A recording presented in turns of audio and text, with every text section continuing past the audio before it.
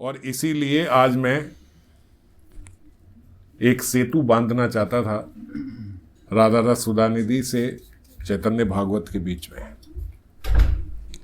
महाप्रभु ने हम लोगों को साधन बताए किस प्रकार हम लोग देहावेश से साधक आवेश में प्रविष्ट हो सके, और फिर उन्होंने ही अपने और अपने परिकरों के माध्यम से ये बताया कि आगे कैसे स्वरूपावेश से साधक आवेश से स्वरूपावेश में जाया जाए। साधक दृढ़ता पूर्वक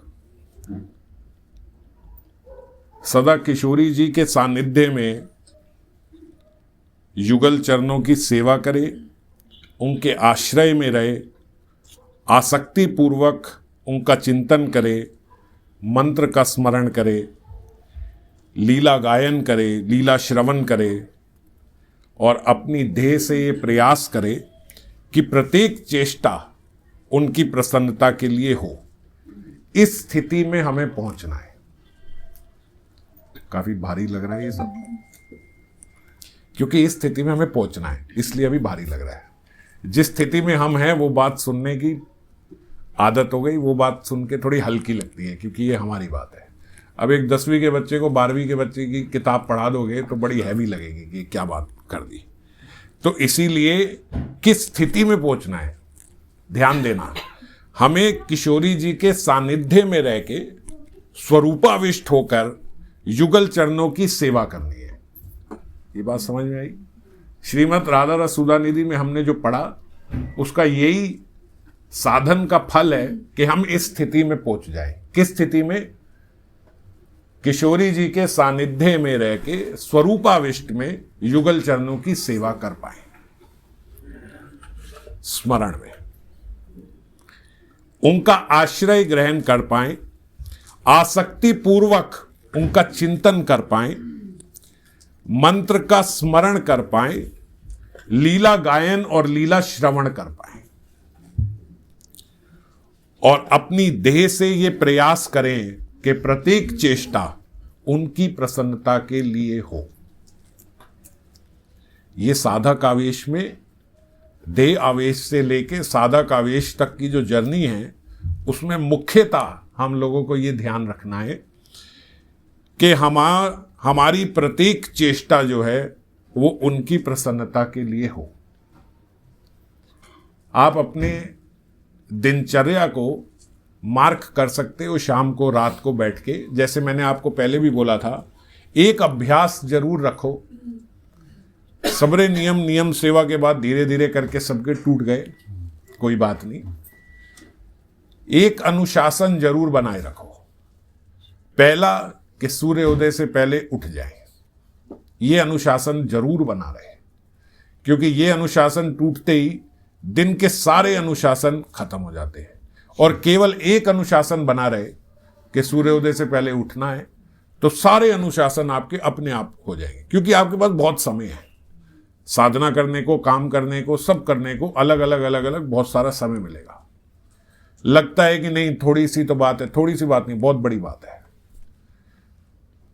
आदमी 7 बजे उठा, आम बात लगे, चलो कोई बात नहीं, 7 बजे सुबह उठ गए, 6 बजे उठ गए, पर 4 बजे उठे तो 3 घंटे फालतू मिले। 3 घंटे में आप अपनी पूरी माला की साधना खत्म कर सकते हो। ना करो कोई बात नहीं, जो मर्जी करो, कोई भी साधना का अंग पढ़ो, वो कोई दिक्कत नहीं है। पर मैं ये बोल रहा हूं कि 3 घंटे बहुत महत्वपूर्ण है वो, क्योंकि सुबह के 3 घंटे बिना साधना के करोगे क्या? ऐसा नहीं कहो चलो थोड़ी देर शॉपिंग कराते, चलो दुकान का कोई काम कर लेते, कुछ नहीं। उस समय तो केवल साधना ही करेगा अगर व्यक्ति उठेगा तो सुबह का समय केवल साधना का होता है, इसलिए वो समय व्यर्थ ना करें किसी भी कारण से। अगर मान लो किसी ने अभी वो नियम टूट गया है तो बहुत छुट्टी मेला हो गया, 1 हफ्ता हो गया, अब वापस कल से एक अनुशासन पे पक्के बने रहना है। ये नियम सेवा का नियम नहीं है, ये तो मैंने कितनी बार बोला, ये आजीवन नियम है कि सुबह सूर्य उदय से पहले उठना है, बस एक नियम। और दूसरा बड़ा सुगम और बड़ा सरल जो मैंने आपको बताया था कि 2 माला रात को जरूर करके सोए। कारण कि सुबह आप कोई भी स्मरण जो अपना करते हो करो, दिन भर में आप काम करते हुए बिना स्मरण के करते हो कोई बात नहीं, करो, लेकिन रात को 2 माला में एक इंट्रोस्पेक्शन जरूर हो कि मैंने अब दिन में क्या करा है, ये मेरी दिनचर्या कैसे गई। मुख्यतः जो आज हम बात कर रहे हैं कि अपनी देह से ये प्रयास करें कि प्रत्येक चेष्टा उनकी प्रसन्नता के लिए हो। तो रात को 2 माला करते हुए और कुछ नहीं तो केवल एक चिंतन ही रहे कि मैंने आज दिन में कौन सा ऐसा कार्य किया जो भगवान की प्रसन्नता के लिए था, या कौन सा ऐसा कार्य किया जो उनकी प्रसन्नता के लिए नहीं था। और अगर मेरी पूरी दिनचर्या ऐसी है कि वो भगवत प्रसन्नता के लिए तो कोई लेना देना ही नहीं है, तो फिर उस दिनचर्या को बदलने की जरूरत है धीरे धीरे धीरे धीरे। ये चर्चा मैंने पहले भी करी थी, मैं बहुत लंबी आज नहीं करना चाहता। कि आप सोचो आपका साधना में स्मरण अच्छा हो जाए, आप सोचो आपकी माला बड़े अच्छे तरीके से हो, आपका ध्यान लग जाए, आपका खुद से मन करे। ये सिर्फ 2-3 घंटे का खेल नहीं है। सिर्फ 3 घंटे अच्छे से बैठ के 3 घंटे की अच्छी माला नहीं हो जाती, बाकी के 21 घंटे आप कहाँ स्पेंड कर रहे हो वो बड़ा मैटर करते हैं। 21 घंटे अगर गटर में कोई चीज़ रहेगी तो मैंने बताया था, आप बाहर निकाल के 3 घंटे फूलों के बीच में रख के परफ्यूम छिड़क दो तब भी बदबू आएगी। आप अपने 21 घंटे कहाँ बिता रहे हो, ये बहुत इंपॉर्टेंट है उस 3 घंटे को ठीक करने के लिए। तो इसीलिए मुख्य तौर पे एक साधना जरूर करें, क्योंकि ये देह आवेश से साधक आवेश में लेके जाएगी। स्वरूपावेश की बात तो भी कर ही नहीं रहे, पीछे की बात कर रहे हैं हम, 0 के पीछे से शुरू हो रहे हैं अभी। तो देहावेश से वहां जाने के लिए ये देखना मेरी प्रत्येक चेष्टा भगवत प्रसन्नता के लिए हो। इससे बढ़कर कोई उपासना नहीं है साधक के लिए, और इससे बढ़कर अपने आराध्य को रिझाने के लिए भी कोई उपाय नहीं है। बड़ी जल्दी रिझ जाते हैं ठाकुर, बहुत जल्दी। किस बात से? केवल ये ध्यान दें कि मेरे जो दिन की प्रत्येक चेष्टाएं थी क्या वो भगवत प्रसन्नता के लिए थी। अगर नहीं थी तो फिर गड़बड़ है, और अगर थी तो ये बात मेरी मार्क कर लेना, क्योंकि मैं नहीं बोल रहा हूं, गोस्वामी ने बोला है, आचार्यों ने बोला है कि आप केवल ये कार्य करने का, ये साधन करने का, ये केवल चेष्टा ही करोगे कि मेरा प्रत्येक कार्य भगवान की प्रसन्नता के लिए, केवल चेष्टा करोगे। होएगी या नहीं होएगी बाद की बात है, केवल चेष्टा करोगे तो भगवत प्रसन्नता के अधिकारी बन जाओगे, भगवान रीझ जाएंगे बस इतनी बात से कि इसने चेष्टा करी। होना नहीं होना बाद की बात है, और फिर जब भगवान रीझ जाएंगे तो क्यों नहीं होगा, क्यों नहीं होगा। जिस कार्य से ठाकुर रीझ गए तो फिर कौन विघ्न डाल सकता है उसमें, होएगा ही होगा। पर जब हमारा चित्त और हमारी चित्त वृत्तियां विषयों का चिंतन करती हैं तो संपूर्ण अंतःकरण हमारा मलिन हो जाता है। केवल चिंतन करने से सारी बात भीतर की है, बाहर से अभी कोई क्रिया हुई नहीं। भीतर से चेष्टा करी ये देखने की कि मेरे दिन का प्रत्येक कार्य भगवत प्रसन्नता के लिए था या नहीं था। भीतर की एक्सरसाइज है, बाहर कुछ नहीं है। और भीतर ही आपने वो ना करके विषयों का चिंतन किया तो विषयों का चिंतन करने से ही आपका सारा अंतःकरण मलिन हो गया, और मलिन अंतःकरण में कभी स्मरण नहीं हो सकता। ये बात भी पक्के तौर पे समझ लो। मलिन अंतःकरण रहा 20-21 घंटे और फिर सोचा कि 24 घंटे में चमका दूं और स्मरण कर लूं, हो ही नहीं सकता। किसी गंदे घर में, बहुत गंदे घर में अगर झाड़ू पोछा करने लगो घंटों लगते हैं, दिन लग जाते हैं। कई लोग दिवाली में अपने घर की सफाई शुरू करते हैं, 1 हफ्ता पहले शुरू कर देते हैं, करते हैं कि नहीं? कम से कम 1 हफ्ता पहले शुरू कर देते हो घर की सफाई। तो आप सोचते हो कि मैं 21 घंटे तो सारा रायता फैला दूं और फिर 3 घंटे अच्छे से स्मरण कर लूं। ये बात हो ही नहीं सकती। अंतःकरण मलिन होगा तो उस मलिन चित्त में कभी स्मरण नहीं हो सकता, और जितना मलिन होगा उतना संसार की तरफ भागेगा। आप बाहर जाके कोई दवाई ले लो,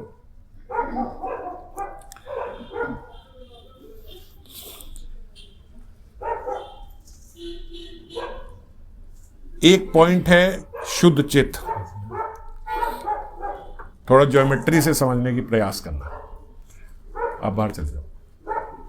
और दूसरा मलिन अंतःकरण, ये शुद्ध चित्त है और ये मलिन अंतःकरण, और जीव इन दो पॉइंट्स के बीच में जो लाइन है उसमें झूंझ रहा है। ये क्या है? शुद्ध चित्त। और ये और इसके बीच में ही हम हैं, कोई यहाँ है, कोई यहाँ है, कोई यहाँ है, कोई यहाँ है, कोई यहाँ है। कितना मलिन चित्त है? बिल्कुल यहाँ पे है। थोड़ा सा मलिन चित्त है, बाकी शुद्ध चित्त है यहाँ पे है। बात समझ गए? इन्हीं दो पॉइंट्स के बीच में हम लोग झूल रहे हैं। और शुद्ध चित्त में स्वरूपावेश आ जाएगा, पूरी की पूरी लाइन यहाँ पे आ गई, स्वरूपावेश शुरू, देहावेश खत्म, पूरा का पूरा जीव यहाँ आ गया, देहावेश प्रगाढ़, और स्वरूपावेश तो पता ही नहीं होता क्या है अगर मलिन चित्त में आ गए। तो हमारा ग्राफ धीरे धीरे धीरे धीरे यहाँ से हिट के यहाँ आएगा। ऐसा कभी नहीं होगा कि आज कथा सुनी, समझ में आ गई, सुबह गए शुद्ध चित्त हो गया, है ना। आज हमने कुछ पढ़ लिया, शुद्ध चित्त हो गया। आज माला अच्छे से गई, सुबह उठे शुद्ध चित्त हो गया, ऐसा नहीं होगा। ये घटना मैंने आपको कई बार बताई है, वास्तविक की घटना है। जीव गोस्वामी पाद गए वृंदावन में, सबरे बैठे 8 लाख माला वाले, 7 लाख माला वाले, 6 लाख माला वाले।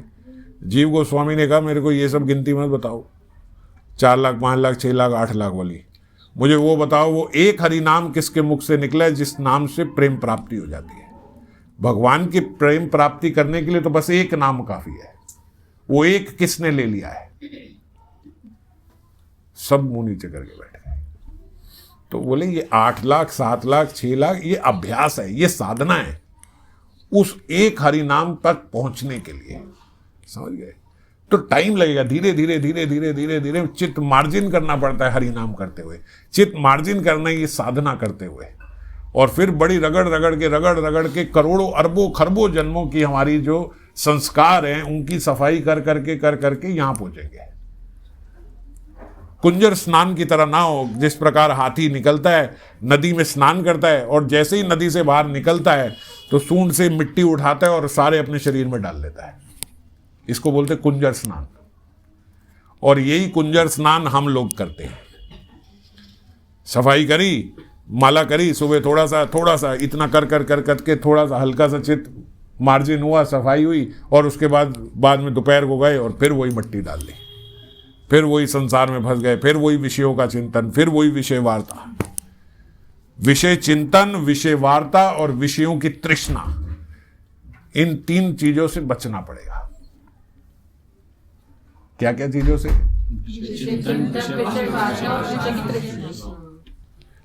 विषय चिंतन ना होने पाए, एकांत में बड़ा सताता है ये। जैसे ही माला लेके बैठोगे, कुछ करने की कोशिश करोगे, विषय चिंतन पहले आ जाएंगे और दिमाग उधर उधर घूमते पता ही नहीं महाराज कहाँ चले गए। और बड़ी सरलता से व्यक्ति बड़ा खुश होता, ओह अभी तो बैठा था घंटा 32 माला हो गई। 32 माला में कहाँ गए? 32 माला में आपने 4-5 सूट खरीद लिए, 4-5 वो माताओं को गाली दे दी, 4-5 उसकी ऐसी की तैसी कर दी, वो वहाँ चले गए, यहाँ चले गए, वहाँ घूम आए, इस रिश्तेदार से बात कर ली, उसकी बुराई सोच ली, ये कर लिया, वो कर लिया, ये सब कर रहे। हरि नाम में एक में ध्यान नहीं लगा और प्रसन्नता हृदय में बड़ी है, 32 माला तो बैठ के एक बारी में हो गई। कोई लाभ नहीं है ये सब करने का। तो इसीलिए विषय चिंतन, देखो विषय चिंतन होगा तो ही विषय तृष्णा बढ़ेगी। विषय की तृष्णा बढ़ती केवल चिंतन से है। अगर आप चिंतन में ही उसे काट दो तो ना क्रिया में आएगा और ना तृष्णा बढ़ेगी। और विषय वार्ता जो है वो भी विषय क्रिया को बड़ा बढ़ाती है। मान लो आपका चिंतन भी नहीं है अभी, मगर ऐसे मजे मजे में आपने विषय वार्ता शुरू कर दी। आप नहीं देखते कोई पिक्चर, गाने, ये सब नहीं सुनते, आपका कोई इंटरेस्ट नहीं है पॉलिटिक्स में क्या हो रहा है क्या नहीं, मगर 4 लोग बैठे हैं तो आप भी बीच में बैठ गए, चलो कोई बात नहीं, let us be a little informative, थोड़ा समझ में आ जाएगी क्या हो रहा है क्या नहीं हो रहा, बैठ गए। बस वो विषय वार्ता जो है वो आपका चित्त मलिन कर जाएगा, समझ गए। स्त्री संगी के पास बैठ गए, आपका कोई इंटरेस्ट नहीं था मगर आप बैठ गए उनके बीच में, 4 बातें सुन ली, हु अल्लाह करते हुए देखा। आदमी थोड़े दिन बाद सोचता है यार हम इतनी साधना करते, हम इतने खुश नहीं रहते, ये देखो कितना हंस हंस की बातें कर रहे, सब मजे कर रहे थे, हमसे तो अच्छे यही है, इतना खुश रहते हैं। आप फॉल्स एडवर्टीजमेंट में फंस रहे हो। मैंने देखा अभी भौतिक पार्टियों में जाके, मेरे से कोई पूछ रहा था आप गए वहाँ कैसा रहा, मैं क्या होता है, बस वही फालतू में लोग हंस रहे होते हैं, फालतू का दिखावा कर रहे होते हैं, वही थोड़ी सी बोरिंग पार्टी होती है बस। बेफालतू के लोग हंस रहे हैं, बेफालतू के ये कर रहे हैं, हजारों समस्याएं, घर जाके लड़ाई हो रही है, लेकिन वहाँ पे बस शो दे बेस्ट। एक एडवर्टीजमेंट दिखती है वहाँ सबकी। किसी भी भौतिक सम्मेलन में चले जाओ, किसी भी भौतिक उत्सव में चले जाओ, यहाँ चले जाओ,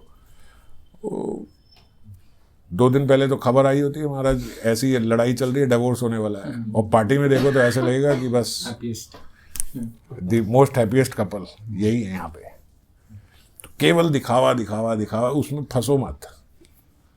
इसीलिए विषय वार्ता में नहीं फंसना चाहिए, विषय जीवों के पास नहीं जाना चाहिए, इनसे बचना चाहिए, पहले ही सतर्क रहो, तो जीवन में असली सुख और असली आनंद की तरफ पहुंच पाओगे। ये बड़ी ऐसी छोटी छोटी सी गलतियां हैं जो बड़े साधारणता होती जाती हैं, हमें पता भी नहीं लगता कि हमसे कुछ हो रहा है, और यही हमें हमारे लक्ष्य से दूर कर देती है। हम लक्ष्य पे पहुंचने वाले थे, मगर साथ में बस कोई विषय वार्ता हो गई, कोई विषय चिंतन हो गया, और जितना 6 महीने में आगे बढ़े थे, पता चला एक शाम में वापस वहीं पीछे आके खड़े हो गए। फिर वही चिंतन। 1 महीना बड़ा प्रयास किया था हमने, ये अब तो भगवत कृपा से 2 महीने इकट्ठे आ गए। एक पुरुषोत्तम मास आ गया, उसके तुरंत बाद कार्तिक मास आ गया, तो बड़ा अभ्यास चलता रहा, साधना चलती रही, बड़ा अच्छा रहा। और उसके बाद लो जी लो, वो जब बात में ही आ गई ना, जब हमारे शब्दों में ही आ गया, नियम मास खत्म, नियम मास खत्म, नियम मास खत्म, बस नियम करते करते करते करते करते बेड़ा गर्क कर लिया आपने, एकदम सब खत्म कर दिया। तो वो इतना, जो इसको बोलते कुंजर स्नान, वो 2 महीने में इतना सब इकट्ठा किया, और 1 हफ्ते में या 2 दिन में आपने सब खराब कर लिया, सब उसमें मिट्टी डाल दी। इसलिए एकदम बैलेंस हो गया। ठीक है, कुछ नियम में रिलीफ मिला है, तो ऐसा नहीं करना चाहिए कि अब विषयों में घुस जाए। विषयों में तो मत घुसो, अब दूसरा अभ्यास करो। हाँ ठीक है, आप इतने टाइम से नियम से इतना 1 घंटा रीडिंग कर रहे थे, आप रोज एक कथा सुन रहे थे, आप रोज इतना हरि नाम कर रहे थे, हाँ ठीक है, आपने थोड़ा सा उसके नियम से कम कर दिया। भाई वो नियम सेवा थी, उसमें इतना करा, थोड़ा कम करा, आप 1 घंटे से आधे घंटे में आ गए, कोई बात नहीं। अब दूसरी चीज कोई करेंगे जिसमें हमारा इंटरेस्ट है, जिस भी साधना में हमारा इंटरेस्ट लगता है वो करेंगे। ऐसे थोड़े कि हाँ चलो भाई वो रिकॉर्डिंग करी हुई है, 1 महीना सीरियल नहीं देखा था, अब लगाओ 1 महीना आप सीरियल देखना शुरू कर दे। अरे मैंने पिक्चर छोड़ी हुई थी, चलो अब 1 हफ्ता रोज जाएंगे पिक्चर देखने, वो तो नियम सेवा में पिक्चर छोड़ी थी, तो सब खराब हो गया। नियम सेवा में हमारा चित्त शुद्ध हुआ था कि नहीं हुआ था, आनंद आया था कि नहीं आया था, ये अवलोकन करना चाहिए। और अगर आया था, अगर मुझे ये समझ में आ गई कि ये बिना टीवी देखे मैं 1 महीना बड़े अच्छे से रहा था, तो थोड़ा उससे यही सीखें कि यार फिर अब फालतू में देखने की जरूरत क्या है, क्योंकि at the end of the life तो ये छोड़ना ही है ना आपको। At the end of the day तो ये ख़त्म ही करना था। तो चलो ये एक तो मुसीबत ख़त्म हुई, अब उसकी जगह कुछ थोड़ा और कंस्ट्रक्टिव करने का प्रयास करें। जो मन लगता है, जिस टॉपिक में मन लगता है उस टॉपिक को सुन ले, सबके पास यूट्यूब है, सारी चीज़ें हैं, जो कथा अच्छी लगती है वो सुन ले। जो किसी विषय का मन कर रहा है वो विषय में पढ़ लें। नियम से तो पढ़ना नहीं है कि यही पढ़ना है। अरे पढ़ने का भी आनंद होता है, इतने सारे शास्त्र हैं, इतनी सारी बातें लिखी हैं, यहाँ की वहाँ की, ये की होगी, जो मन में आ रहा है वो उठाई, वो वहाँ से पढ़ना शुरू किया, तो मज़ा आता है। नियम वाली पढ़ाई में कई बार मज़ा नहीं आता। आज पहला अध्याय करा है, कल दूसरा पढ़ना ही है, फिर तीसरा पढ़ना ही है, फिर चौथा पढ़ना है। अरे मेरे मन की मौज है, वो कोई नियम थोड़ी है। महाराज आज 12वां अध्याय पढ़ने वाला, 12वां पढ़ेंगे। कल प्रेम भक्ति चंद्रिका का मन कर रहा है पढ़ने का, प्रेम भक्ति चंद्रिका पढ़ेंगे। परसों प्रार्थना करने का मन कर रहा है, प्रार्थना पढ़ेंगे। तो समझ गए। तो इस प्रकार से थोड़ा ये होता है कि नियम सेवा खुल गया भाई, अब कोई नियम नहीं है, अब अपने आनंद से जो जिस प्रकार से भक्ति करनी है उस प्रकार से करेंगे। सुबह सुबह उठने के नहाने का नियम तो कोई बात नहीं, सुबह उठ के नहाएंगे नहीं, सुबह उठ के पहले माला करेंगे डट के, बाद में नहा लेंगे। ये होता है नियम सेवा खुल गई, कोई बात नहीं। ये नियम सेवा खुलनी नहीं होती कि भाई अब 9 बजे उठेंगे, हो गई नियम सेवा में जितनी साधना, वो तो फिर सारी साधना खत्म कर दी हमने। समझ गए। इस प्रकार से नियम सेवा खोली जाती है अनुशासन में रह के। और दूसरी तरफ जो हमने चर्चा करी थी कि कृपा के प्रति, किशोरी जी की कृपा के प्रति, ठाकुर जी की कृपा के प्रति थोड़ा सेंसिटिव रहे, चिंतन करें थोड़ा उसका। चाहे बाहर से कोई अनुकूल परिस्थिति हो या प्रतिकूल परिस्थिति हो, हर अवस्था में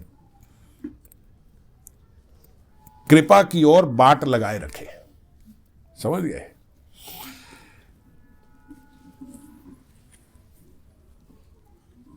कृपा को भजन का मूल जानो। ये राधा रस सुधानिधि में हम लोगों ने बड़ी चर्चा करी थी कि साधन भजन में हो सकता है कोई कोई क्रिया से भगवान प्रसन्न हो जाए, पर राग भक्ति में अगर भगवान की प्रसन्नता चाहिए तो केवल एक कृपा ही है। राग भक्ति की अगर चरम सीमा पे आपको पहुंचना है, साधन भक्ति की चरम सीमा में हो सकता है, एक बार को हो सकता है कि आप अपनी क्रियाओं से, अपनी साधना से थोड़ा रिझा लो ठाकुर जी को, पर जब बड़ी ऊंचाई की बात आ जाती है तो इतनी ऊंचाई तक तो सीढ़ी नहीं जाती। आपकी साधना की सीढ़ी छोटी है और जहां आपका लक्ष्य है वो ऊंचाई बहुत ऊंची है। हमारा 10 फुट की सीढ़ी लगा के कोई तीसरे माले पे तो चढ़ नहीं सकते, ज्यादा से ज्यादा पहले माले पे पहुंचोगे। तो अगर तीसरे माले पे आपको चढ़ना है तो कोई वहां से रस्सी डाल के आपको खींच ले तो ही चढ़ सकते हो, कोई ऊपर से नीचे लंबी सीढ़ी फेंक दे तो ही जा सकते हो। जैसे बोना चांद पे पहुंचने का, तो कृपा पे डिपेंडेंट हो आप। इसीलिए राग भजन जो है वो कृपा मूलक है। किसी अहंकार में मत रहना कि मैंने इतनी साधना कर ली, मैं इतना कर लूंगा तो कैसे नहीं होगा, कैसे नहीं होगा, पहुंच के ही रहूंगा। पर हां, श्रीमद् भागवतम में ब्रह्मा जी ने भगवान की स्तुति करते हुए, जब ब्रह्मा जी भगवान श्री कृष्ण की स्तुति कर रहे थे, तब उस स्तुति में उन्होंने एक श्लोक बोला जो हम सबके लिए मणि स्वरूप है। अब यूं समझो खजाना लग गया हाथ में। क्यों खजाना लग गया समझाता हूं कि जैसे मैंने अभी बोला कि कोई भी अवस्था, कोई भी स्थिति, कोई भी साधना ऐसी नहीं है कि जो आपको भगवान के गोलोक तक पहुंचा के किशोरी जी के चरणों में मंजरी स्वरूप अविष्ट कर दे। इतनी ऊंची चीज जो है वो आपको केवल महाप्रभु की कृपा से मिल सकती है। कृपा से। आप सोचो मैं कमा लूं, मैं कमा नहीं सकता। और ब्रह्मा जी, अब क्योंकि वो ब्रह्मा जी है ना, छोटी मोटी हस्ती तो है नहीं, तो ब्रह्मा जी भगवान, जब बड़ा आदमी बोलता है तो बड़े लोग सुनने के लिए आ जाते हैं, क्योंकि उन्हें पता है इतना बड़ा व्यक्ति बोल रहा है तो कोई जरूर काम की बात बताएगा। तो ब्रह्मा जी ने जब स्तुति करी तो उस स्तुति में उन्होंने एक श्लोक बोला, और वो हीरे श्लोक में उन्होंने ये बता दिया कि मैं तुम्हें एक बात बता दूं, अगर तुम ऐसा करोगे तो फिर तुम भगवान की कृपा के अधिकारी बन जाओगे, अधिकारी बन जाओगे, राइटफुल हियर बन जाओगे। भगवान को कृपा भी करनी पड़ेगी। अगर तुमने ये बात कर ली तो भगवान भी छोड़ नहीं सकते। अब ये बात बोलो पते की है कि नहीं? हम हमेशा चर्चा करते भाई ये तो अब ठाकुर जी की है, कब करें, कब हो जाए, वो करें तो हो जाए, न जाने किस बात से रीझ जाएं ठाकुर, न जाने किस बात से रीझ जाएं दयानिधि, कोई बात कौन सी प्रसन्न हो जाए, कौन सी बात उनको अच्छी लग जाए, हमें नहीं पता। हम तो अपना कार्य कर रहे हैं। अब ब्रह्मा जी ने बता दी भैया ये बात कर लो तो मिलेगी ही मिलेगी। 10वें स्कंद के 14वें अध्याय का 8वां श्लोक, एकदम मणि श्लोक है, याद करने लायक, कंठस्थ करने लायक। तत्ते अनुकंपान सुसमीक्षमाणो, भगवान की जो अनुकंपा है, भगवान की जो कृपा है। भुंजान एवात्मा कृतम विपाकम हृदय वाग वपुर्भिर विदधन नमस्ते जीवेत यो मुक्ति पदे स दाय भाक। भगवान की जो कृपा है कि आपको इस जगत से मुक्ति मिलेगी ही मिलेगी, भगवान की अनुकंपा मिलेगी ही मिलेगी, आप उसके दायभाक बन जाओगे। दायभाक मतलब आप उसके अधिकारी बन जाओगे, पूर्ण रूप से अधिकारी बन जाओगे। कैसे? तत्ते अनुकंपाम समीक्षमाणो, भगवान की जो अनुकंपा है, जिसकी आप आशा कर रहे हो, जिसकी आप समीक्षा कर रहे हो, तत्ते अनुकंपाम समीक्षमानो, भगवान को बोल रहे हैं ना, तत्ते अनुकंपाम समीक्षमानो, जो आपकी कृपा की, आपकी अनुकंपा की प्रतीक्षा कर रहे हैं, बाट लगाए बैठे हैं कि आपकी कृपा मिल जाए। भुंजान एवात्म कृतम विपाकम, वो अपने जितने भी आत्मकृतम मतलब मेरे द्वारा किए गई क्रिया, आत्मकृतम मेरे द्वारा किए गए कृत्य,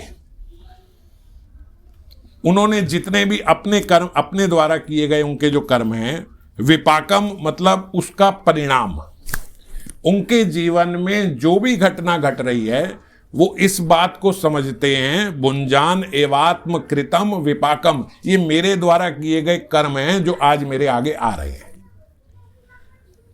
संस्कृत भाषा में थोड़ा ऊपर नीचे बोला जाता है, उसको समझना।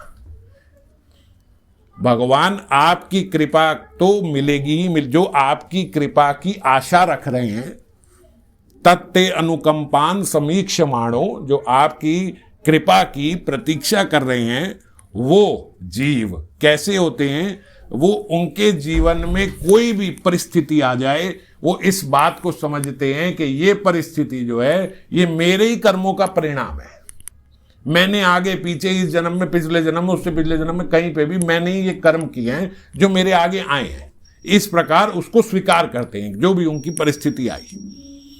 और हृदय वाक वपुर्भिर, दिल से, हृदय से, वाणी से, वाक, वपु शरीर से, हृदय वाक वपुर्भिर विदधन नमस्ते, और आपको अपने हृदय से, अपनी वाणी से और अपने शरीर से नमस्कार करते हैं। आपकी इसमें कोई गलती नहीं है। अगर मेरे साथ कुछ गलत हो रहा है, इसमें आपकी कोई गलती नहीं है। ये मेरे ही कर्मों का परिणाम है जो मुझे मिल रहा है। वो इस बात को जानते हैं और इस बात को समझते हुए आपकी सदा स्तुति करते हैं, हृदय से भी, वचन से भी, शरीर से भी आपकी स्तुति करते हैं, आपको नमस्कार करते हैं। जीवेत यो मुक्ति पदे सदैवाक, ऐसा जीव जो है, इस प्रकार के जीव जो हैं वो मुक्ति पद, मुक्ति पाते ही पाते हैं। मुक्ति किससे? इस जगत से, इस देहावेश से उन्हें मुक्ति मिलते ही मिलती है। और वो आपकी जो अनुकंपा, जिसकी आशा लगाए रखे थे, वो उसके दैवाक बन जाते हैं, वो उसके अधिकारी बन जाते हैं। फिर आपकी कृपा मिलेगी ही मिलेगी, ये ब्रह्मा जी बोल रहे हैं। तो कितनी सरलता सी बात है, कितनी सरलता की बात है। क्या करना है? भगवान की कृपा के अधिकारी बन जाओगे। भगवान, देखो, भगवान की एक बड़ी विलक्षण बात है, बड़ी अच्छी बात है कि भगवान के भक्त अगर कोई बात कह देना तो वो बात टल नहीं सकती। अपनी कही हुई बात को भगवान तोड़ मरोड़ के इधर उधर करके, महाभारत में हजारों इंस्टेंस है। अपनी बोली हुई बात को तो वो चालाकी से पलट जाएंगे, ये भी प्रूफ कर देंगे मैंने अपनी भी करी है, और करते भी नहीं है। वो बोलेंगे मैं ऐसा करूंगा, आप बोलो आपने ऐसा नहीं किया, तो वो ये भी दिखा दे मैंने ऐसा कर दिया। जैसे भीष्म पितामह को मारने के लिए उन्होंने पहिया उठा लिया। अब जो चीज मारने के लिए उठाई वो शस्त्र हो गई कि नहीं हो गई? शस्त्र क्या होता है? मैंने आपको ईंट उठा के मारी तो ईंट शस्त्र है उस समय। मैंने आपको पत्थर उठा के मारा, पत्थर शस्त्र है। अच्छा, और पहिया उठा के ऐसे घुमा दिया महाराज, वही चक्र बन गया। आदि जगहों पे आज भी लिखा है चक्र उठा लिया, इसीलिए जहां पहिया फेंका उसको एक चक्र धाम बोल रहे हैं। समझ गए? तो आदि दुनिया ये जानती है चक्र उठा लिया। और फिर भगवान ने आखिरी में क्या कह दिया? मैंने तो पहिया उठाया था। बोले भगवान, जो मारने के लिए चीज उठा ली वो शस्त्रों की। बोले हाँ, तो जिससे मार दी वो शस्त्रों की, मैंने मारा कहाँ? और पहिया तो घूमता ही है। पहिया तो, मैं तो पहिया उठाया, घुमाया अपनी उंगली में। मारता तो शस्त्र हो जाता ना। मैंने आपको पत्थर उठाया, मार दिया। जब मार दिया तो वो पत्थर शस्त्र है। मैंने पत्थर उठाया, मारा नहीं, स्टैपू खेल रहा हूं उससे। आप बोलोगे शस्त्र है? अब तो शस्त्र नहीं हुआ। एक आदमी स्कूटर पे जा रहा है, टू व्हीलर पे जा रहा है, आपने करना कुछ नहीं, बस खींच के उसके सामने ऐसे आ जाए, वो गिर जाएगा, उसका बैलेंस बिगड़ जाएगा। और बोले भाई तूने गिरा, मैंने क्या किया? मैं तो ऐसे किया अपना। अब ये कोई बात थोड़े ना हुई, चालाकी है भगवान की। और ये चालाकी क्यों करी? क्योंकि भीष्म पितामह ने प्रतिज्ञा ली थी कि भैया इन्हें शस्त्र उठाना पड़ेगा। अगर ये शस्त्र ये मेरी प्रतिज्ञा है, भीष्म पितामह ने अपनी प्रतिज्ञा ली थी कि मैं कृष्ण को मजबूर कर दूंगा वो शस्त्र उठाए। अब भीष्म पितामह की प्रतिज्ञा रखने के लिए ठाकुर जी ने अपनी प्रतिज्ञा में थोड़ी अड़िंगलबाजी कर दी, तोड़ मटोड़ कर दिया, मैनिपुलेशन। और ऐसा कई बार कर देते हैं। मगर भक्त की बात को टाल नहीं सकते, वो कर देंगे ही करेंगे। और ब्रह्मा जी जाके तो पता नहीं कहां कहां क्या क्या बातें बोला है, अब वो निपटानी सारी इनको पड़ती है। ब्रह्मा जी ने तो पूरी सुनी भी नहीं, हिरण्यकशिपु क्या बोल रहा है, मैं दिन में न मरूं, मैं रात में न मरूं, वानर से न मरूं, नर से न मरूं, इससे न मरूं, सुबह न मरूं, शाम को न मरूं, बाहर न मरूं, यहां न मरूं, ऊपर न मरूं, नीचे न मरूं। ब्रह्मा जी तथास्तु, इतनी बात समझ में नहीं आती। जब पता नहीं क्या क्या क्या क्या, ठीक है भाई, क्या हो गया। अब सारी निपटानी भगवान को पड़ी, भैया ऐसे ऐसे ऐसे ऐसे करके कब जाके कहां जाके किस रूप से मारना है। मगर ऐसे नहीं कहा कि अबे ब्रह्मा जी है, अपना बच्चा है जो ये कहेगा, वो मैं थोड़ी करने के लिए बाध्य हूं। जो ब्रह्मा जी की सृष्टि के लोग हैं वो बाध्य हैं, मैं ब्रह्मा जी से ऊपर हूं, मैं थोड़े बाध्य हूं ब्रह्मा जी की बात का पालन। ब्रह्मा जी बाध्य है मेरी बात पालन करने के लिए। कहने को ये भी कह देते तो आप कहते हाँ भाई ठीक है, भगवान है, भगवान थोड़ी ब्रह्मा की मानेंगे, ब्रह्मा भगवान की मानेंगे, तो वो बात ठीक होती। लेकिन नहीं, एक असूल है भगवान के, मेरे भक्त ने बोल दी बस बोल दी, फिर ये नियम बदल नहीं सकता, जो उन्होंने बोल दिया वही होगा। तो ब्रह्मा जी ने यहां पे भी बोल दिया, हमारे छोटे छोटे हिरण्यकशिपु के लिए उन्होंने ये बात बोल दी कि देखो भैया, अगर तुम्हें कृपा चाहिए तो जो भी जीवन में परिस्थिति आए, उस परिस्थिति में भगवान की कृपा की बाट लगाए रखना। ये मत समझना कि भगवान ने कृपा छोड़ दी है, उस हर परिस्थिति को भगवान की कृपा ही समझना। और अगर भगवान की कृपा समझते हुए तुम अपने सारे कर्मों को निपटाते गए कि भैया ये मेरे ही हैं, मेरे ही आगे आ रहे हैं, इसमें ठाकुर जी की कोई गलती नहीं है, अगर इस प्रकार करते रहे तो आप भगवान की कृपा के अधिकारी बन जाओगे। फिर भगवान कृपा करेंगे ही करेंगे, और क्योंकि ब्रह्मा जी ने कह दिया तो भगवान करेंगे। ये मजे की बात है। आप भगवान, आज तक इस सृष्टि में ये श्लोक अगर किसी को नहीं पता तो पूरे शास्त्रों में, वेदों में उठा लो, कहीं नहीं मिलेगा कि भगवान की कृपा के अधिकारी बन गए हो आप। हर बंदा यही बोलता है भाई कृपा तो हो जाए तो हो जाए। किस बात से? अब कृपा के लिए तो खरीदारी नहीं हो सकती, और ब्रह्मा जी ने उसका भी सूत्र बना दिया, भाई कृपा भी मिल जाएगी, पक्के तौर पे मिलेगी। इसको बोलते बैकडोर एंट्री, जो संत दिलाते हैं। तुम आओ पीछे से आओ, कैसे नहीं मिलेगी, ये बात मान लो बस भगवान की। तो भगवान की ये बात मान लो। और दूसरा, किसी की भी, अपनी भी या किसी की भी, अब अपने साथ कोई भी घटना हो गई, दुर्घटना हो गई, तो ये ना समझो कि यार भक्ति में थोड़ी कमी रह गई, तभी देखो इसके साथ ऐसे हो गया। महाराज भजन करते हो और मजाल है कोविड आके टकरा जाए, ये बात गलत है। और फिर किसी को हो गया तो आज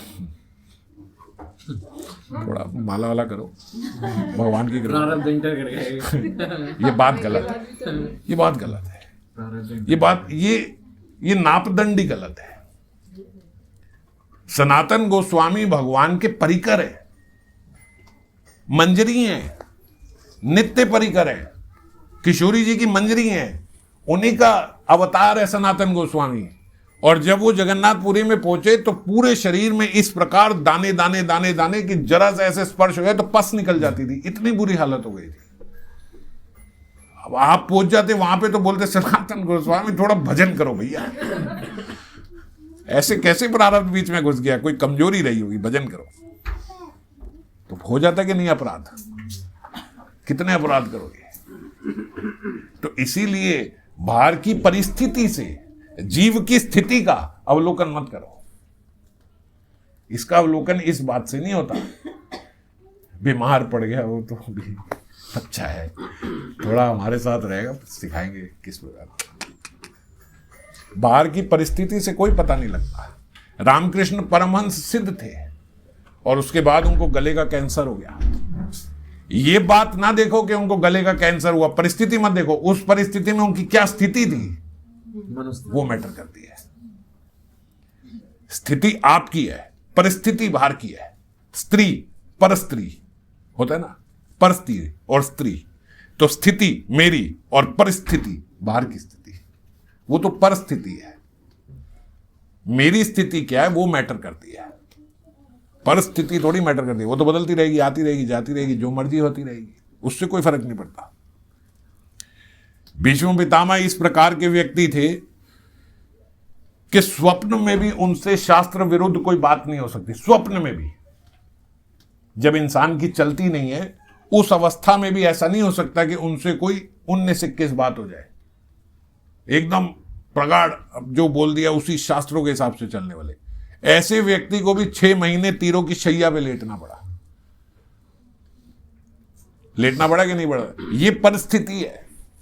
अब शैया पे लेटे हुए उनकी क्या स्थिति थी वो भीष्म स्तुति पढ़ लो आप, शायद पहले स्कंद के 9वें अध्याय में है, वो पढ़ो तो उनकी स्थिति पता लग जाएगी कि क्या स्थिति थी। तो परिस्थिति से अवलोकन नहीं होता कि जीव की क्या स्थिति है।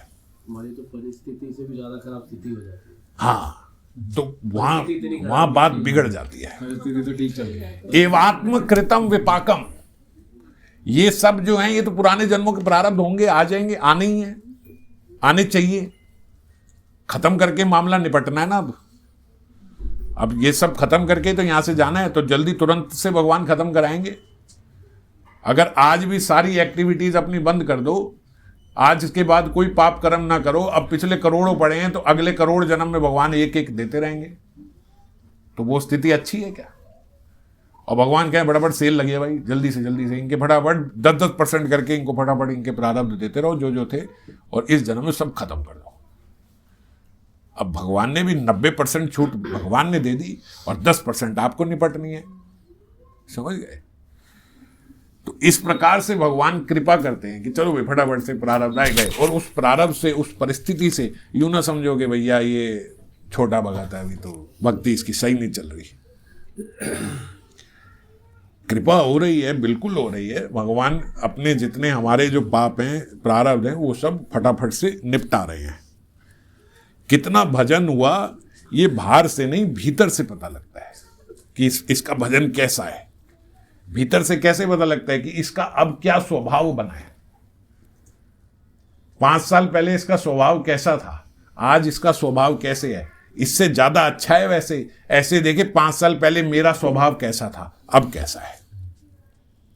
वो पहली पे मत जाना, दूसरे की छोड़ो, अपनी देखो। मैं 5 साल पहले कैसी थी, अब कैसी हूं। अगर 5 साल से अब जो है मेरी स्थिति 5 साल पहले से जो मैं थी और अब मेरी स्थिति में अगर विषय चिंतन ज्यादा आ गया है, अगर अब मेरा फैशन ज्यादा बढ़ गया है, अगर अब संसार में मेरा रुझान ज्यादा हो गया है, तो समझ लो 5 साल ही भक्ति 0 है आपकी, बल्कि माइनस है। क्योंकि उस स्थिति से तो नीचे आ गए। तो आप कहो जी नहीं दी, तब मैं 16 माला करता था, आज मैं 64 माला करता, कुछ नहीं। अगर आप सही रूप से साधना कर रहे होते तो वहां की स्थिति और यहां की स्थिति में फर्क पता लगता। आप ऑफिस में जाओ, आप बोलो भैया पहले मैं 6 घंटे काम करती थी, अब मैं 12 घंटे आपकी कंपनी को दे रही हूं, ये कर रही हूं, वो कर रही हूं, वो रिजल्ट दिखाएंगे भाई। तू हमारी कंपनी को पहले 5 लाख रुपए का फायदा करा रही थी, आज तेरी वजह से मैं 2 लाख रुपए का नुकसान हो गया है। अब आप बोलते रहो मैं 12 घंटे काम करती हूँ, मैं 24 घंटे काम करती हूँ, मैं ये करती हूँ, वो करती हूँ, वो तो नेट रिजल्ट देखेंगे आपका क्या है। आपने इतने गंदे गंदे लहंगे बना के दिए, हमें उनको 100 की जगह 200 रुपये वापस करने पड़े। पेनल्टी लगा दी उन्होंने हमारे पे। पार्टी में गई, फट गया उसका सूट। आप बोलो नहीं जी मैंने 24 घंटे लगा के बनाया था। वो कहेंगे हम क्या करें भाई, तू 1 घंटे में बनाती, बढ़िया बनाती। आपके प्रोफेशन से समझा रहा हूं। तो इसी प्रकार से ये मैटर नहीं करता क्या करी, ये मैटर करता है भाई आपका नेट रिजल्ट क्या है। नेट रिजल्ट हमारा क्या है, हमारा थर्मामीटर है, हमारा स्वभाव। पहले मुझे बड़ा गुस्सा आता था, अब नहीं आता, शांत। पहले मुझे सारे बग गंदे लगते थे, अब मुझे कोई गंदा नहीं लगता। अब मुझे मेरे भीतर ही गंदगी दिखती है, भैया भक्त तो अच्छे हैं। पहले मैं किसी को भी कुछ भी बोल देता था, अब डर लगता है बोलते हुए कि कहीं अपराध ना हो जाए। अब किसी की गंदी बात भी दिखती है तो ऐसा लगता है मेरे हृदय में गंदी है। तो क्या हुआ, पता लगा हाँ भी भजन किया है इसने, भजन बड़ा है इसका। और पहले तो मैं बड़ा डरता था, इनसे नहीं बोलना है। अब आए जरा कोई मेरे सामने, अब बताता हूँ इसको। तो भजन माइनस हो गया। अरे पहले मैं बच्चा था, ये सब मेरे को डराते थे। अब लेवल गया भैया, तू 64 करता, मैं 80 करता हूँ। अब बोलियो तू कौन से खेत की बोली है? तो हो गए पहले मेंटर हो गया, अब हम तुम्हारे मेंटर है। तो बात बिगड़ गई, स्वभाव बिगड़ गया, साधना खराब है, इसका मतलब बस इससे पता लगे। ये थर्मामीटर है, इससे नहीं कि यार पहले तो मुझे कुछ नहीं होता था, अब तो मुझे हर महीने बुखार हो जाता है, इससे नहीं पता लगता। ये बात, ये कोई थर्मामीटर नहीं है देखने का कि मेरा वजन कैसा है। हमारे यहाँ तो 2-2 मिनट में हाय हाय हो जाती है बिल्कुल। ये मेरे से तो पता नहीं भगवान की क्या दुश्मनी है। मैंने भगवान से तो प्रभु जी मैं तो गई, मेरे को ऐसे बोलते हैं लोग, मैं नाम नहीं ले रहा हूँ, यहीं पे बैठे हैं, मैं गई, मैंने तो भगवान से बहुत लड़ाई करी है, मैं भगवान से बहुत लड़ाई करी, बहुत सुनाया आज मैंने गिरिराज जी को। मैंने कहा भाई क्यों सुनाई गिरिराज जी को? ये इनकी वजह से मेरा सब कुछ खराब हो रहा है, मेरा जीवन खराब कर दिया इन्होंने, और न जाने क्या क्या ये कर रहे हैं, वो कर रहे हैं। जब बात सुनता हूँ इतना गुस्सा आता है, ये सब बात सुन के इतना हृदय जलता है कि अबे ये सब जो किया ये भगवान ने किया है। अपने स्वभाव पे तो आदमी कोई दृष्टि नहीं डालता कि भैया मेरे से क्या हुआ। ये सब जो है, अरे वो भगवान जो अब पूतना को जो उनको मारने आई है, वो उनको अपनी मातृ गति दे रहे हैं, माता भी ला रहे हैं उनको। जगाई मदाई जिन्होंने नित्यानंद प्रभु का सर फाड़ दिया, उनको नित्यानंद प्रभु बचा रहे हैं। महाप्रभु को बोल रहे हैं, महाप्रभु शस्त्र ना निकालना, ये इसलिए अवतार नहीं लिया था हमने, नहीं अंदर करो, ऐसा कुछ नहीं चलेगा। और उसको भी प्रेम दान दे रहे हैं। और किस प्रकार प्रेम दान दे रहे हैं? ऐसे व्यक्ति को जिसने उनको मारा है, उसके गले लग के उसके सारे के सारे पाप हर लिए, काले पड़ गए गौर हरी, सारे उनके अपराध ले लिए, सब एक ऐसे ही कि गले लग के तू सारे पाप मुझे दे, तू मुक्त हो जा, प्रेम दान दे दिया। ऐसे भगवान, ऐसे दयानिधि आपसे दुश्मनी निकाल रहे हैं। क्या हो आप, भगवान आपसे, आपका इतना स्तर भी नहीं है कि भगवान आपको दुश्मन बनाए, तो देख भी नहीं रहे आपको। इस लेवल के भी नहीं हो। इस स्तर का बनने के लिए भी बड़ा भजन करना पड़ेगा। अगर भगवान अपना दुश्मन किसी को बनाते हैं ना, ये रावण कंस टाइप, तो अपने परिकर जय और विजय को भेज के उनको बनाते हैं। कोई लल्लू पल्लू को उनका दुश्मन भी नहीं बन सकता। आप सोचो कि भगवान मेरे से दुश्मन है, दुश्मनी की भी क्रीड़ा करते हैं वो, और वो भी अपने परिकरों से करते हैं। कोई स्तर होना चाहिए भगवान की दुश्मनी करने का। आपको यार ये वो जब से हारा है ना, ये कौन था वो जो अभी ये ट्रम्प, तब से मेरे पीछे पड़ गया।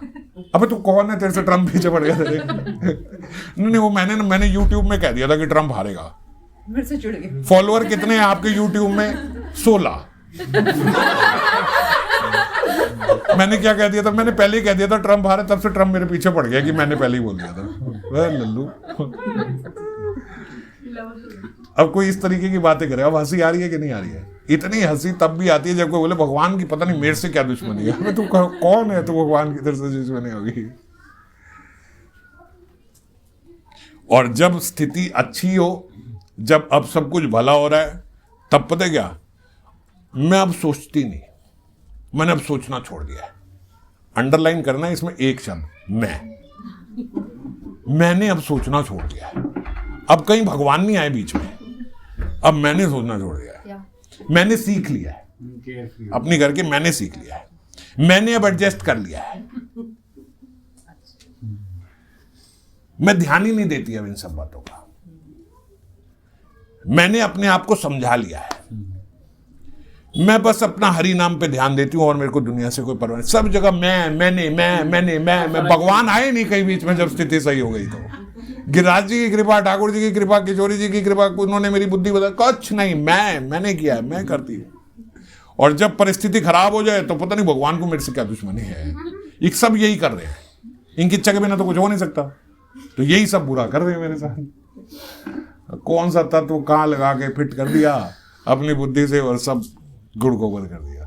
ये हमारी बिल्कुल अपने मिलते जुलते शब्द लग रहे हैं ना, हमारे सबके कॉमन वर्ड्स हैं ये हम यही बोलते हैं। जब अच्छा हुआ तो मैंने सीख लिया, मैंने कर लिया, अब मैं ऐसे करती हूँ, अब मैंने ये देख लिया, अब प्रोजी मैं समझ गई हूँ, अब मैं ये करती हूँ, अब मैंने देख लिया है, अब मुझे समझ में आ गई है, अब मैं जगत समझ गई हूँ। ये सब मैंने और खराब किया तो इन्होंने खराब कर दिया सब कुछ। तो परिस्थिति तो आपके हाथ में नहीं है, किसी के भी नहीं है, पर आपकी स्थिति आपके हाथ में है। वो बिल्कुल आपके हाथ में है कि आपको उस परिस्थिति में कैसे रहना है। परिस्थिति से कुछ पता नहीं लगता जीव के भजन का, उसकी स्थिति से पता लगता है। एक आदमी अस्पताल गया, वो अस्पताल में जाके भी ठाकुर जी की कृपा देगा, कोई बात नहीं, ठाकुर जी की कृपा सब सही हो जाएगा, तो होता रहता है, सबके साथ होता है। और एक आदमी घर पे सिर दर्द हो गया तो पता नहीं क्या है यार, क्या दुश्मनी है भगवान को मेरे से, हर एक आदमी मेरा सिर दर्द कर देते हैं। उसमें भी वो घर पे बैठे सिर दर्द में भी भगवान को दोषी ठहरा रहे हैं। क्यों बसते और एक आदमी अस्पताल में जाके भी ठाकुर जी की कृपा देख रहा है। कितना फर्क है। तो ये स्थिति का फर्क है, परिस्थिति से पता नहीं लगता। अनुकूल अवस्था में हर्ष बाधक बनता है और प्रतिकूल अवस्था में शोक बाधक बनता है। ये दोनों बाधक है। जब अनुकूल परिस्थिति आई तो इतना हु अल्लाह, इतना खुश, इतना उल्लास, इतना मजा इस संसार में आने लगा कि पता ही नहीं लगा भगवान कहाँ है, स्मृति नहीं रही भगवान की। और जब शोक आया, जब कोई खराब परिस्थिति आई तो शोक में पता नहीं लगा कि क्या हालात हो रहे हैं। तो जितना ध्येय आवेश और जितनी कम शरणागति, उतना ज्यादा हर्ष और शोक में जीव फंसता है। समझ गए? मैं बात तो आगे बहुत समझाना चाहता हूं, मगर अब समय बहुत ज्यादा हो गया, 11:45 बज गए, तो इसको मैं कंटिन्यू करूंगा इस बात को और समझाने के लिए। पर केवल इतना इस बात को समझो, जो ब्रह्मा जी ने बताया, आज एक सूत्र लेके घर जाते हैं। जो ब्रह्मा जी ने बताया कि जो हमारे जीवन में परिस्थिति आ रही है, वो परिस्थिति मेरे कर्मों के कारण ऑटोमेटिकली आ रही है। और हो सकता है हम भजन करते हैं तो भगवान की कृपा से वो बड़ी सेल में आ रही है, बहुत कम होके आ रही है, बहुत कट के आ रही है। इसका हमें अवलोकन करना ही नहीं। कट के आ रही है, ज्यादा आ रही है, कम आ रही है, कोई बात नहीं, है तो मेरी ना। अब जैसी भी है मेरी है, मैंने ही कमाई है, मैंने ही ऐसा आचरण किया, मैंने ही ऐसा कर्म किया कि आई है। वो छोड़ो, वो तो आएगी आएगी। आप रो या आप हंसो, परिस्थिति तो बदल नहीं जाएगी, वो तो आएगी आएगी। पर परिस्थिति में मेरी स्थिति कैसी हो, अगर वो ठीक रह गई तो क्या इनाम मिल सकता है? इतना टॉप का इनाम मिल सकता है कि आप भगवान की कृपा के अधिकारी बन जाओगे। खराब परिस्थिति में आप ये कमाई करके निकल गए। सारी दुनिया का धंधा कोविड ने खा लिया, बिल्कुल खत्म कर दिया। सबके लिए एक नाइटमेयर है, सारी दुकान बंद, फैक्ट्री बंद, ये बंद, वो बंद। उसमें भी महाराज कई लोग बीच में घुस गए। उन्होंने क्या कर दिया, हमने फटाफट से मास्क बनाना शुरू कर दिया और इतना उन्होंने पूरी आज तक उम्र में नहीं कमाया जितना ही कोविड में कमा गए। एक बंदा घुस गया, हम जानते हैं उसको, वो कपड़े बनाता है, जीन्स बनाता था, टी शर्ट बनाता था। उसने जैसे ही देखा कोविड आया, बिल्कुल अगले दिन से उसने वो पीपीटी किट बनाना शुरू कर दी। वो कह रहा हमारा इतना तो मैंने पिछले 10 साल में नहीं कमाया जितना मैंने 6 महीने में कमा लिया पीपीटी किट बना के। एक व्यक्ति को हम जानते हैं, उसने कहा जैसे ही शेयर मार्केट कोविड की वजह से गिरी, मैंने टनाटन शेयर खरीद लिए। अब शेयर मार्केट इतनी डबल हो गई कि इतनी कोविड से पहले नहीं थी, तो मेरा तो इतना फायदा हो गया पूछो मत। ऐसे भी लोग हैं। खराब परिस्थिति में वो अपनी स्थिति अपॉर्चुनिटी देख के बड़े हो गए। ये तो इस जगत की बात है, मैं उदाहरण दे रहा हूं कि परिस्थिति खराब में भी ऐसे ऐसे लोग हैं, वो उस खराब परिस्थिति का ऐसा फायदा उठाते हैं कि इतना वो अच्छी परिस्थिति में नहीं उठे थे जितना खराब परिस्थिति का फायदा उठा के इतने ऊपर चले गए। और यही हम भी कर सकते हैं भजन में। भाई आपकी अब अच्छी खासी स्थिति है, उसमें आपका स्वभाव ठीक है, तो भगवान के इतना नोटिस में नहीं आओगे। पर ठीक स्थिति में सबका स्वभाव ठीक रहता है, कोई बात नहीं। हाँ कहो भगवान देखो मेरे को सब अच्छे लगते हैं, मेरे को किसी से कोई प्रॉब्लम नहीं है। तो किसी ने कुछ कहा भी थोड़ी है आपको, किसी ने कोई कहा भी नहीं है आपको। अब 4 लोगों ने आपको गाली दे दी, 2 लोग आगे थप्पड़ मार गए, 2 ने बेइज्जती कर दी, तब भी आगा कोई बात नहीं ठाकुर जी, वैष्णव है कोई बात नहीं। अगर मान लो नहीं भी वैष्णव है कोई बात नहीं, आपने पढ़वाई है कोई बात नहीं, आप ही ठीक भी करोगे, आप देख लेना। मेरे ही कर्मों का है, मुझे मिलना था मिल गया, पता नहीं क्या होना था, आपने कृपा करी 2 थप्पड़ ही पड़े हैं, वरना मेरे कर्म तो ऐसे 10-12 थप्पड़ तो रोज पड़ने चाहिए। अब इस प्रकार अगर किसी ने सोच लिया, तो खराब परिस्थिति में अगर किसी ने ये बात सोच ली तो वो वही बात हो गई कि वो कोविड में पीपीटी किट बनाना शुरू कर दिया। वो खराब परिस्थिति में भी अगर आपने अपनी स्थिति ठीक करी तो भगवान के तुरंत नोटिस में आ गए, जो ब्रह्मा जी ने बताई। अब ब्रह्मा जी ने क्या बताई है कि भुंजान एवात कृतम विपाकम, ये बात समझे कि ये मेरे किए गए कर्म हैं, वही मेरे आगे आ रहे हैं। वो तो आदमी तब समझेगा ना जब खराब परिस्थिति होगी। आपके आगे तो आ रहा है हलवा पूड़ी, आको मेरे कमाए हुए घर में हलवा पूड़ी आ रही, खा रहे ब्रह्मा जी, कोई बात नहीं, पूड़ी छोले खाएंगे। तो पूड़ी छोले मिल रहे तो कोई भी खाएगा। अब एक दिन एकादशी और अगले दिन खाने को नहीं मिला, फिर उपवास, त्रयोदशी में भी उपवास, चतुर्दशी में भी उपवास, और फिर भी कहो कोई बात नहीं, मेरे ही कर्म है ठाकुर जी, मेरे साथ कोई चिंता नहीं, आपको नमस्कार है। मैं जानता हूं आप तो कृपा निधान हो, आपकी कृपा में कोई कमी नहीं है। पता नहीं कितनों भूखों मरना था मेरे को, आपने 3-4 दिन में हमारा सब निपटा दिया। बहुत बढ़िया, आनंद की स्थिति। अब इस स्थिति में अब आप इस श्लोक के अनुकूल हो जाते हो कि हाँ जी ब्रह्मा जी ने ये बात बोली, उसमें भी आप भगवान की अनुकंपा देखते रहे, तो उस अनुकंपा के अब आप अधिकारी बन गए। अब भगवान को ब्रह्मा जी के कहने पे कृपा करनी पड़ेगी, क्योंकि ब्रह्मा जी बोल गए, तो अब आप अधिकारी बन गए। तो इसीलिए आगे फिर और चर्चा इस पे करेंगे, बड़ी लंबी चर्चा है। मैं तो सोच रहा था छोटे में खत्म हो जाएगी, फिर चैतन्य भागवत भी करेंगे, मगर अब आगे फिर इसको कंटिन्यू करें। पर इस बात को समझो और ये बात समझ लीजिए। और दूसरी बात जो सबसे पहले बोली थी वो भूल ना जाना, एक नियम पक्के से रहेगा कि सुबह सूर्योदय से पहले उठना है, ये अनुशासन बना रहे, और शाम को 2 माला करते हुए अवलोकन कर ले कि भाई कौन सी ऐसी क्रिया हुई है। विषय चिंतन तो नहीं हुआ मेरे से, विषय चिंतन से बचे, विषय क्रियाओं से बचे, विषय वार्ता से बचे, और विषय तृष्णा अगर मेरे भीतर आ रही है तो उसको खत्म करने का प्रयास करें। बस ये 2 बातें समझ के चलें तो जो हमने कार्तिक में किया है उसका आगे भी फल मिलता रहेगा, वो आगे कंटिन्यू रहेगा। कुंज स्नान नहीं होगा कि नहा धो के निकले और फिर मट्टी डाल ली हमने। मान लो अभी किसी ने डाल भी लिया 1 आध हफ्ते में, तो सफाई हो जाएगी अगर इस प्रकार से अब आगे चलेंगे। जय राम।